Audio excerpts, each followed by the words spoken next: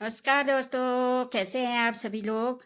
आशा करती हूँ सभी स्वस्थ और मस्त होंगे। अभी गाड़ी का इंतज़ार कर रही हूँ, यहाँ पर साथ वालों का इंतज़ार।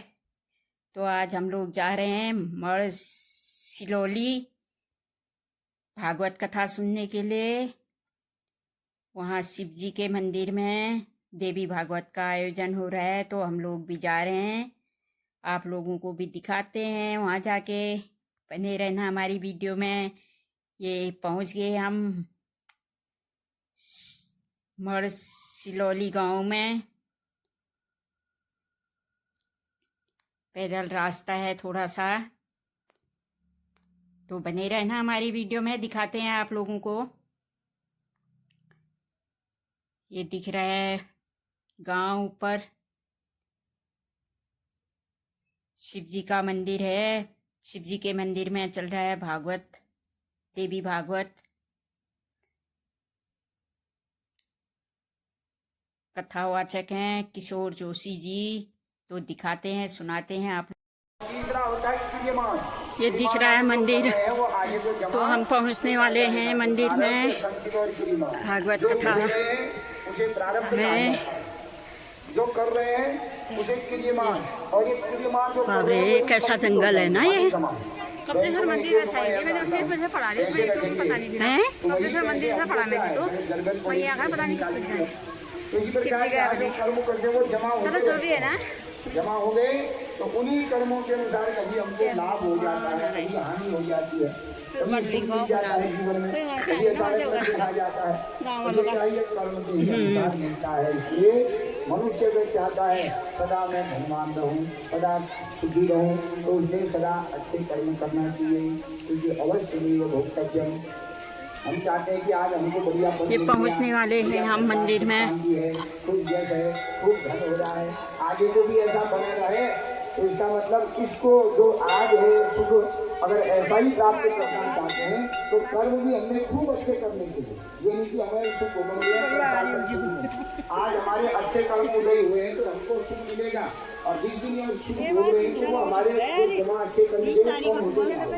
बैंक से पैसा निकाल के जाएंगे तो क्या होगा, हम होता जाएगा। हम खूब बढ़िया गाड़ी में कपड़े 20 तारीख से है।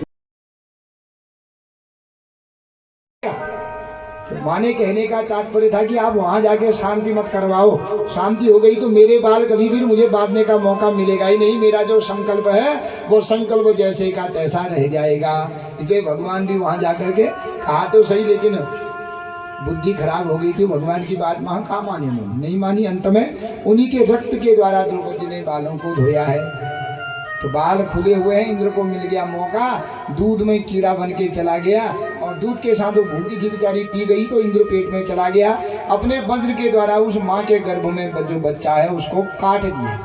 एक बच्चे को 7 भागों में बांट दिया। फिर भी वो तपस्विनी के पुत्र हैं, मरे नहीं। जब नहीं मरे तो इंद्र ने फिर पहले एक के 7 बनाए, फिर उन 7 का 7 और बना दिया। तो 7 कितना हो गया, 49 भाग हो गए। फिर भी नहीं मरे वो, फिर भी रोने लगे, बिचारों को पीड़ा होने लगी। तो ताम निंद्रावशमापन्ना विलोक्य प्रातिसंतनुम रूपम कत्वातिजी सूक्ष्म च शस्त्रपाणि समाहितः रुरोध च तदा बालो वज्रेणा विहतस्तथा मारुदेति सनेर्वाक्यम उवाच भगवान मुमो। रुरोध, उतना मारने के बाद भी जब बच्चे रोने लगे तो इंद्र को दया आ गई, कह दिया मारुत भैया मत रो। जब भैया कह दिया तो इंद्र ने कहा ओह अब तो मैंने भैया कह दिया, भैया को नहीं मारना चाहिए। तो वो इंद्र भी वही रहने लगा गर्भ में। समय आने पर वो देखने उठी, वो देखा तो अभी इंद्र यही था, कहाँ चला गया। अरे मेरी तपस्या करते करते थक गया होगा, चला गया होगा। वो तो इंद्रलोक में रहता है। समय आने पर उनका जब पुत्र हुआ, एक पुत्र की जगह 50 पुत्र हुए। बड़ी आश्चर्य हो गई कि मैंने तो एक पुत्र के लिए तप किया था, यहाँ 50 हो गए हैं और सब एक ही जैसे हैं। उनके बीच में पहचान गई, हाँ तो वही इंद्र है ना मेरा सौतेला पुत्र। तूने मेरा गर्भ खंडित कर दिया है, क्योंकि मेरे पति ने कहा था गलती होगी तो वह पुत्र देवताओं का मित्र बन जाएगा। इसका मतलब मेरे कहीं गलती हुई है। अब तू बता, सही बताएगा तो तुझे छोड़ दूंगी, झूठ बताएगा तो तुझे मैं श्राप दे दूंगी। मेरी गलती कहाँ हुई? तब कहा मैया तुम संध्या के समय में तुम्हारे बाल खुले हुए थे, बीच देरी पर बैठ रही थी, संध्या के समय में तुमने दुग्ध पिया था और दुग्ध पी करके कुल्ला आदि भी नहीं किया, इसलिए मैया ये 4 गलती हुई, इसलिए मैंने बच्चे को मार दिया है। लेकिन मैंने इनसे भैया कह दिया है, अब इनको मैं नहीं मारूंगा। तो कहा हो गया, जिसके लिए मैं तब कर रही थी कि मेरे पुत्र बलवान हो, देवताओं का शत्रु बने, देवताओं का राज्य ले, अब ये तो तुम्हारा मित्र बन गया, पकड़ो इसको और ले जाओ तुम। तो इंद्र 49 उनका नाम हो गया मरुदगण, ले जा करके स्वर्ग में गया। तो दिति को पता चला कि ये इसमें इंद्र और इंद्र की माँ का हाथ है, तो अपनी सौत को साथ दे दिया अदिति को, तूने मेरे पुत्र को 7 भागों में मरवाया है, आज मैं पुत्र शोक से चल रही थी, मैं तुझे श्राप दूंगी, तुझे पृथ्वी लोक पर जाकर के मानवी बनना पड़ेगा और तेरे भी 7 बच्चे नष्ट होंगे, उन पुत्रों का शोक तू भोगोगी, तब जानेगी संसार में सबसे बड़ा शोक क्या होता है। पुत्र शोकम महाकष्टम, जो पुत्र का शोक है वो सबसे बड़ा शोक कहा गया है। संसार में सब शोक कभी कभी भूल जाते, लेकिन संतान का शोक संसार में सबसे बड़ा है। इसलिए आज उन्हीं दिति के श्राप से ही अदिति देवकी बनी है। एक तो वरुण देवता का श्राप था और दूसरा दिति के श्राप से ही वह अदिति देवकी बनी और 7 पुत्रों का उनका मरण हुआ है, 7 पुत्रों का शोक बना।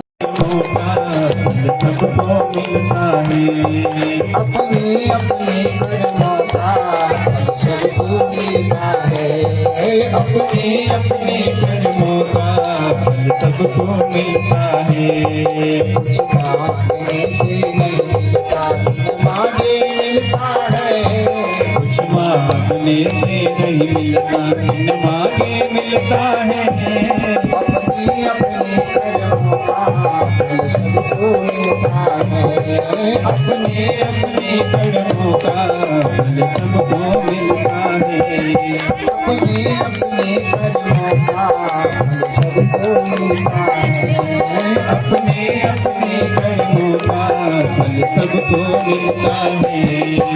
एक भाई ऐसा होता है बहनों में रहता है, एक भाई ऐसा होता है महलों में रहता है, अपने अपने कर्मों का फल सबको मिलता है, अपने अपने कर्मों का फल सबको मिलता है, अपने अपने कर्मों का फल सबको मिलता है, कुछ मांगने से नहीं मिलता, मांगे मिलता है, कुछ मांगने से नहीं मिलता, मिलता है, अपने अपने कर्मों का फल सबको मिलता है, अपने अपने कर्मों का फल सबको मिलता है।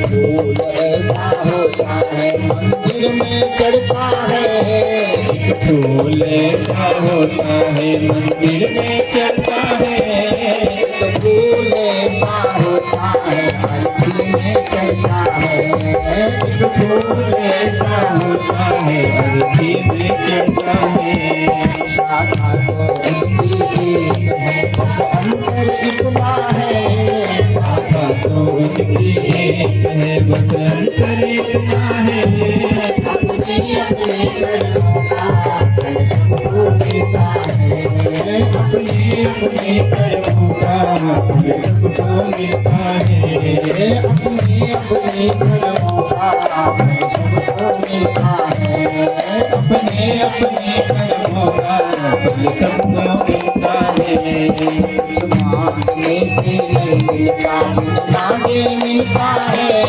कुछ मांगने से नहीं मिलता, बिन मांगे मिलता है, अपने अपने कर्मों का फल सबको मिलता है, अपने अपने कर्मों का फल सबको मिलता है, अपने अपने कर्मों का फल सबको मिलता है, अपने अपने कर्मों का फल सबको मिलता है, अपने अपने कर्मों का फल सबको मिलता है, अपने अपने कर्मों का फल सबको मिलता है, अपने अपने कर्मों का फल सबको मिलता है, अपने कर्मों का फल सबका मिलता है।